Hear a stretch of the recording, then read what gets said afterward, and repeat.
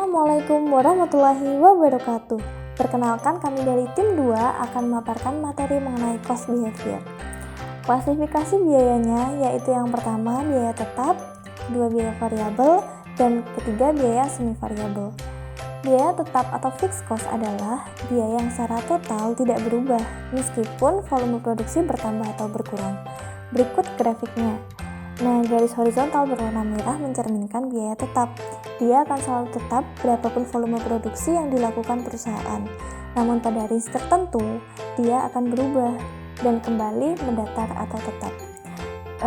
Seiring dengan pertambahan volume atau aktivitas, hal tersebut akan terjadi berulang-ulang. Lalu yang selanjutnya adalah biaya variabel atau variable cost, yaitu biaya yang secara total berubah-ubah secara proporsional sesuai dengan perubahan volume atau perubahan aktivitas. Grafik berikut mencerminkan biaya variabel. Grafik berwarna hijau menggambarkan bahwa biaya akan terus bertambah seiring dengan pertambahan volume atau pertambahan aktivitas. Lalu yang ketiga adalah biaya semi variabel atau semi variable cost, yaitu biaya yang memiliki unsur biaya tetap dan biaya variabel. Nah, pada grafik biaya semi variabel dimulai dari titik tertentu, maka volume atau aktivitas 0 sudah memiliki biaya tertentu. Garis horizontal berwarna ungu mencerminkan biaya tetap dan garis miring berwarna merah mencerminkan biaya variabel. Lalu yang selanjutnya adalah separating fixed and variable cost. Mengapa ada pemisahan ini? Karena hanya biaya tetap dan variabel yang dapat dilakukan analisis. Maka apabila terdapat biaya semi variabel, harus dipisahkan terlebih dahulu ke dalam biaya tetap dan biaya variabel. Ada 3 cara untuk memisahkan biaya ini, yaitu yang pertama metode high and low point, kedua scatter graph, dan ketiga adalah metode least square.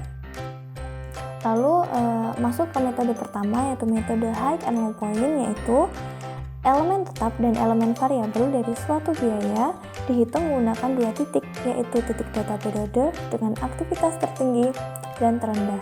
Apabila kita telah menemukan titik data tertinggi dan terendah, maka kita dapat mengetahui pula variable rate-nya, yaitu dengan pembagian selisih cost dan activity level.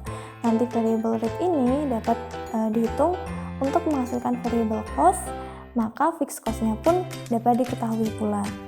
Namun metode ini dapat menghasilkan estimasi biaya tetap dan biaya variabel yang bias, karena hanya menggunakan 2 titik data untuk menentukan perilaku biaya.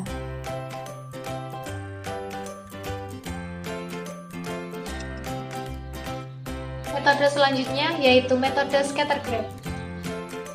Ini merupakan gambaran dari metode scatter graph. Apa sih metode scatter graph itu? Metode scatter graph merupakan metode pemisahan biaya tetap dan biaya variabel dengan cara menggambarkan biaya setiap bulan pada sebuah grafik dan menarik satu garis lurus di tengah titik-titik biaya tersebut. Bagian di atas garis lurus merupakan daerah dari variable cost dan daerah pada bawah garis lurus merupakan daerah fixed cost. Kemudian, metode selanjutnya yaitu metode least square, yang mana metode ini dianggap paling akurat daripada metode-metode yang lainnya. Mengapa? Karena metode ini dapat menghasilkan persamaan biaya yang dapat dipertanggungjawabkan secara ilmiah, serta tidak ada data biaya yang tidak digunakan. Metode ini dihitung menggunakan persamaan linier, yaitu Y sama dengan A plus BX, yang mana Y menggambarkan dependent variable, yaitu biaya yang bergantung pada biaya lainnya, yaitu independent variable yang digambarkan dengan huruf X. Dan A merupakan fixed cost atau konstanta, dan B merupakan variable cost per unit. B dapat dicari dengan menggunakan rumus sigma XY min X bar dikali YY min Y bar dibagi sigma XY min X bar kuadrat. Untuk mempermudah penghitungan, maka kita dapat menggunakan tabel seperti pada gambar. Kemudian setelah B dapat diketahui hasilnya, maka kita nanti dapat mencari nilai A dengan persamaan linear tadi, yaitu Y sama dengan A plus BX. Kemudian terdapat koefisien korelasi dan koefisien determinasi. Koefisien korelasi dapat dicari dengan menggunakan rumus sigma y min y x bar dikali y min y bar dibagi akar dari x y min x bar kuadrat dikali sigma y min y bar kuadrat. Dan koefisien determinasi dapat dicari dengan mengkuadratkan R tersebut. R ini dapat bernilai negatif maupun positif. Koefisien korelasi itu menggambarkan apakah terdapat hubungan antara independen variabel dan dependen variabel. Sedangkan untuk koefisien determinasi adalah koefisien yang diperoleh dengan mengkuadratkan koefisien korelasi yang digunakan untuk mengetahui seberapa besar sih pengaruh hubungan independen variabel terhadap dependen variabel. Baik, di sini saya akan menjelaskan contoh soal metode yang menggunakan least square. Di sini ada contoh soalnya. Nah, ini adalah perhitungan-perhitungan yang akan kita gunakan untuk mencari fixed cost dan variable cost-nya. Misalnya Y yaitu adalah electricity cost dari Januari sampai Desember. Kita akan mencari cost deviation-nya untuk mencari rumus nanti. Terus kita dapat machine hour dari data tadi. Terus kita mencari activity deviation. Y bar dan X bar ini dapat dengan mengakumulasikan total keseluruhan data dibagi dengan jumlah data. Terus variable rate itu adalah total penjumlahan dari data-data tadi. Didapatlah angka 54.600 dibagi 123.000, hasilnya adalah $0,45. Fixed cost atau A adalah Y bar atau rata-rata tadi dikurang B X bar. Dapat angkanya 1.500 dikurang 0,44 dikali 2.500, hasilnya dapat $356.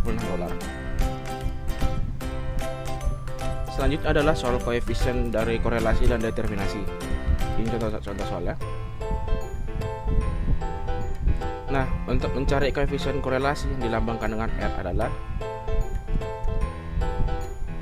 total dari XI dikurang X bar dikali YI dikurang Y bar.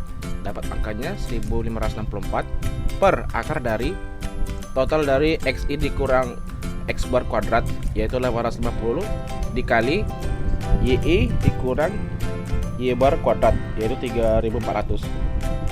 Maka dapat hasilnya 0,92. Adapun koefisien determinasi adalah hasil kuadrat dari koefisien dari korelasi yaitu adalah 0,8464.